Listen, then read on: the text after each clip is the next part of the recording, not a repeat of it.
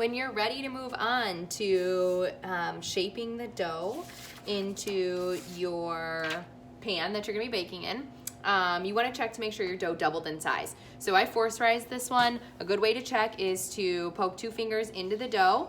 If the indentation remains, it means that you have successfully risen your dough.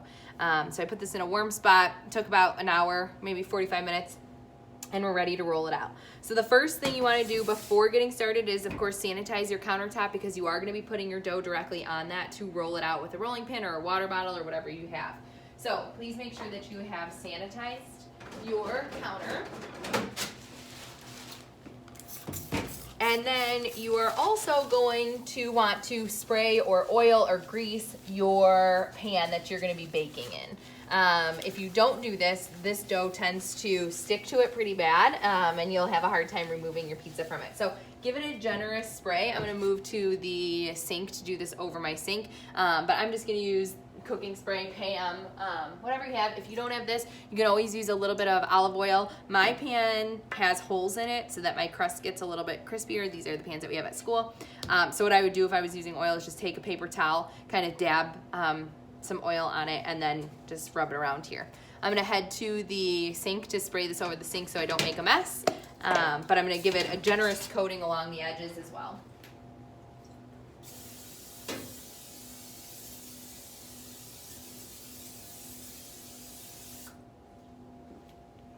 So my pan is greased and ready to go. Then you are going to lightly flour your countertop. Now, be careful because you don't want to make your dough dried out, but you do want to have enough flour that it's not going to stick to the countertop after you're rolling it out. So I just sprinkle a little bit on there, and then take your hand and kind of spread it out. And you're gonna turn your dough out. And again, because we're actually working with our hands, I'm gonna remove any jewelry that I have on my wrists and on my fingers. If you have long sleeves, roll them up. You aren't going to knead the dough. Remember, we don't wanna redevelop that gluten. The whole point of the gluten development in kneading was to catch that CO2, and we've already done that. If we knead the dough or we overhandle the dough, it's gonna become too stretchy and it's gonna snap back instead of staying rolled out where you want it. So go ahead and dump out your dough onto the countertop. And remember that the next step is to punch it down. And that is going to eliminate any large CO2 bubbles that we have here. So you can take your fist and actually punch it if you want to. If you're not aggressive and you're a gentle person, you can also just press it out, okay? And you'll see some of those larger bubbles coming to the sides. Again, you're getting rid of them so that you don't end up with a holy crust. So once you have that done, you're not kneading it, okay? So I'm not pushing, folding, turning, or anything like that. We don't want to overhandle the dough. You're ready to roll out. And one of the ways that you roll out, I'm gonna use a rolling pin, but again, you could always use a water bottle. If this Pam container was sanitized on the outside, you could even use this to roll it out. So you might need to get creative if you don't have a rolling pin at home. But you don't want to put the rolling pin in the center of the dough and then roll back and forth, because that's gonna kind of overwork that gluten, and your pizza crust is gonna start to shrink back, okay? So what you wanna do is start in the center of the dough and then just roll one direction. So I'm rolling away from me right now, and then instead of rolling back towards it, I pick up the rolling pin, put it back in the center, and now I can roll towards me, okay? Pick up the rolling pin, put it in the center, roll. Pick up the rolling pin, put it in the center, roll.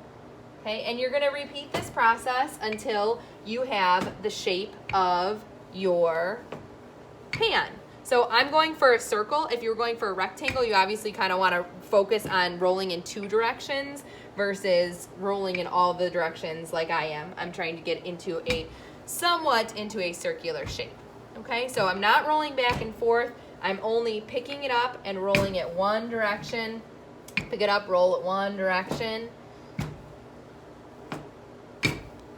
And then a good way to test this is to put just hold your pan over it, okay? Is it gonna be big enough? It looks like I'm pretty good. Notice I have some extra dough over here. That's okay, you can cut it off, okay? So when you're ready to transfer it, when it's rolled out to size, okay, I'm going to gently, using my rolling pin, kind of roll the dough around it. put my pizza pan on there, and then just unroll the dough.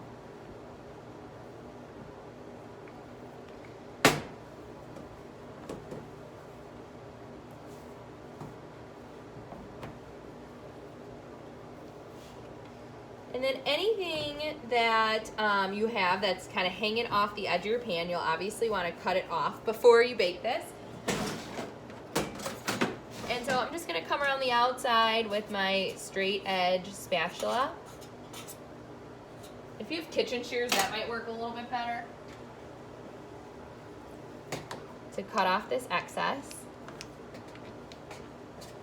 And you want your dough pretty close to the edge. Notice that I didn't build up a crust or anything.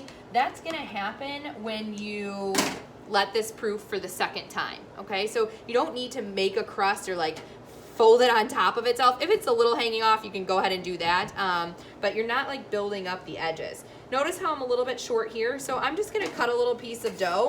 Once this bakes, you're not gonna know that I patched that up, okay? So I cut a little piece of the extra dough off and stuck it in place, and then you are ready to top your pizza. So you have some extra dough. If you want to make this into a breadstick, you could roll it into a breadstick. If you want to throw it away, you could just throw it away. Whatever you want to do with your extra dough is up to you, but it should, your crust should pretty much go to the edge of your pizza. You're ready to top it now without whatever sauces and cheese and toppings you have chosen, okay? And then you're gonna let it rise a second time. So you can either force rise this by putting it in a warm spot again, or cover it with saran wrap and stick it in the fridge. And then you'll notice that the edges of the crust get a little bit more, they're gonna rise a little bit more and give you kind of a crust piece during that second proof, okay? So your next steps after your dough has risen are to punch down, roll it out, top it, and then do your second proof and bake it. All right? Good luck. Can't wait to see your final pizzas.